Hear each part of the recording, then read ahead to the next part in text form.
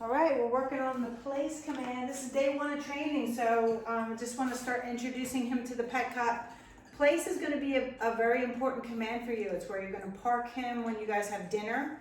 So wherever there's stress in your life, think place, especially inside your house. We want him to be on a pet cot doing his work, occupying his mind, instead of barking, begging for food, and all the things that he's doing right now that make him, just makes him very bratty.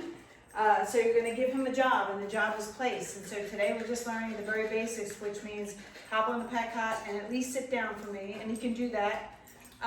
This will progress to, he will lie down on the pet cot. I'll be able to drop that leash and walk away from him, do some things in the room, leave the room, come back. He should be staying on place.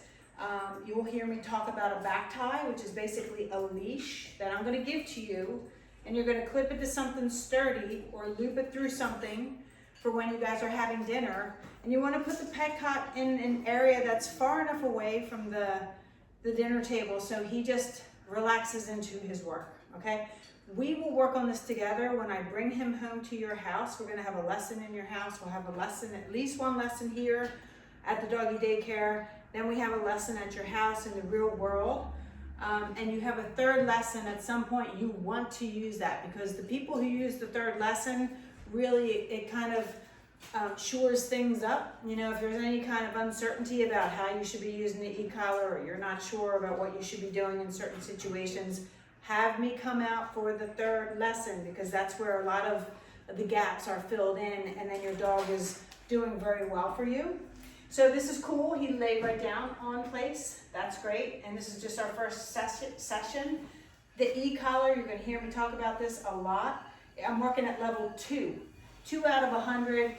He can barely feel it. It's like a tap on the shoulder, but every time I give him the word, a command, I hit the button to condition him to this. This is a conditioning process. This is a very important thing that we're doing right now, is conditioning him to this every day. I use this, like I press the button 100 times when I'm interacting with him all throughout training each day, so that he becomes conditioned to this and understands it's nothing to be worried about. It's just it's a blunted stimulation, feels like a tingle, because this is basically a TENS unit on a collar. If you've ever gone to a physical therapist and they put those electrodes on your muscles and then they dial up the stimulation, you feel a tingle, okay?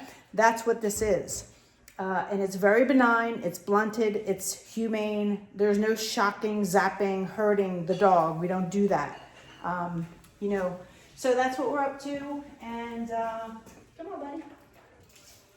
We're gonna keep working here. Let's go. Place. Every time I say that word, I hit and hold that button. And I'm also applying a little leash pressure, okay?